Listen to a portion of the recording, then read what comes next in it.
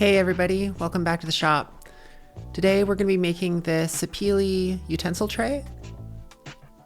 My parents' utensil tray was plastic and it turned a kind of gross yellow color. So I figured it was time for a nice Christmas present.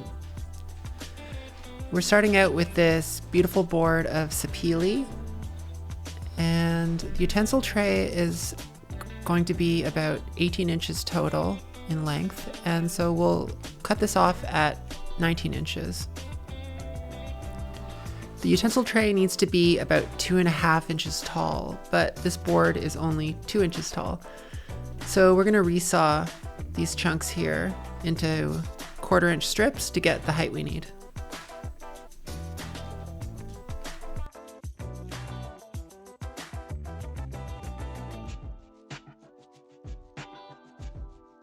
We'll start out by cutting out our 3-inch chunks that we can then use to resaw into the strips.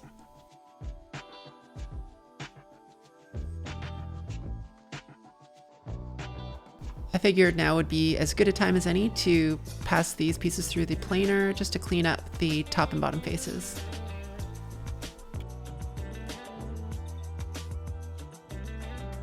This right here is my favorite table saw accessory. It's a Wixie DRO, and with incremental mode, it lets me cut thin strips super easily and consistently.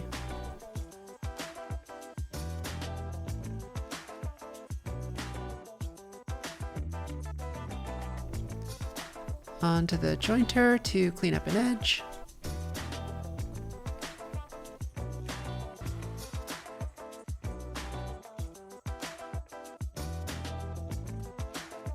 So the inner pieces for the tray have to have slightly shorter dimensions just because there will be the bottom in place. And this is about what it'll look like.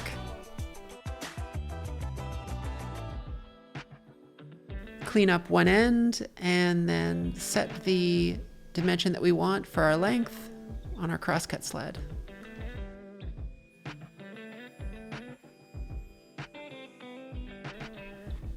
And what project would be complete without our friend the dado stack?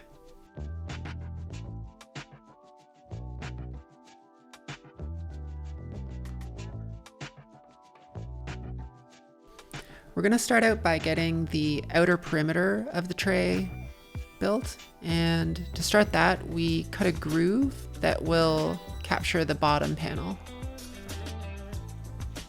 Next step is to cut the rabbet that's going to register the long sides with the short sides.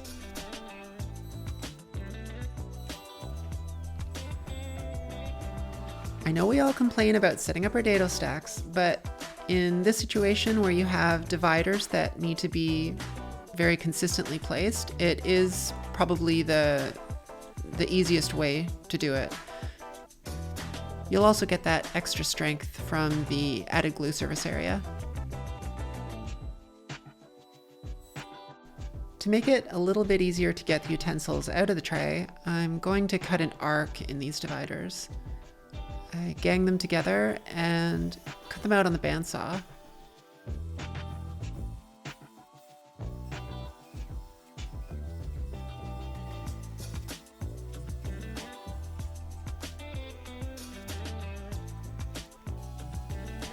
I'm just giving everything a quick sand before assembling and routing any pieces that I won't have access to once it's together. Had to tune up the bottom just a little bit to get it to fit.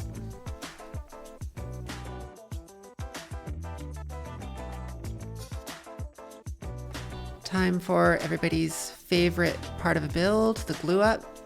This one went pretty well, but I did have some squeeze out that was a little bit annoying to clean up.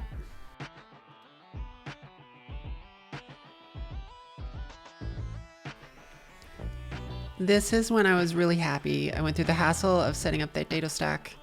It makes glue up a lot less stressful.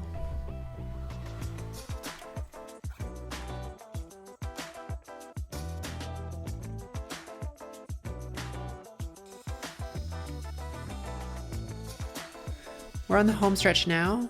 Do some roundovers and a bit of sanding while Birdie here watches. For our finish, I'm just using wipe-on poly. I figured that bit of extra protection that you get from polyurethane would probably be a good thing.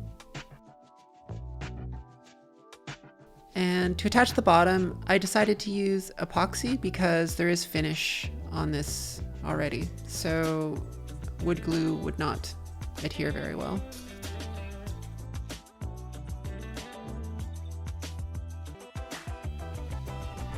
And that's it. Time to wrap it up and give it to my parents.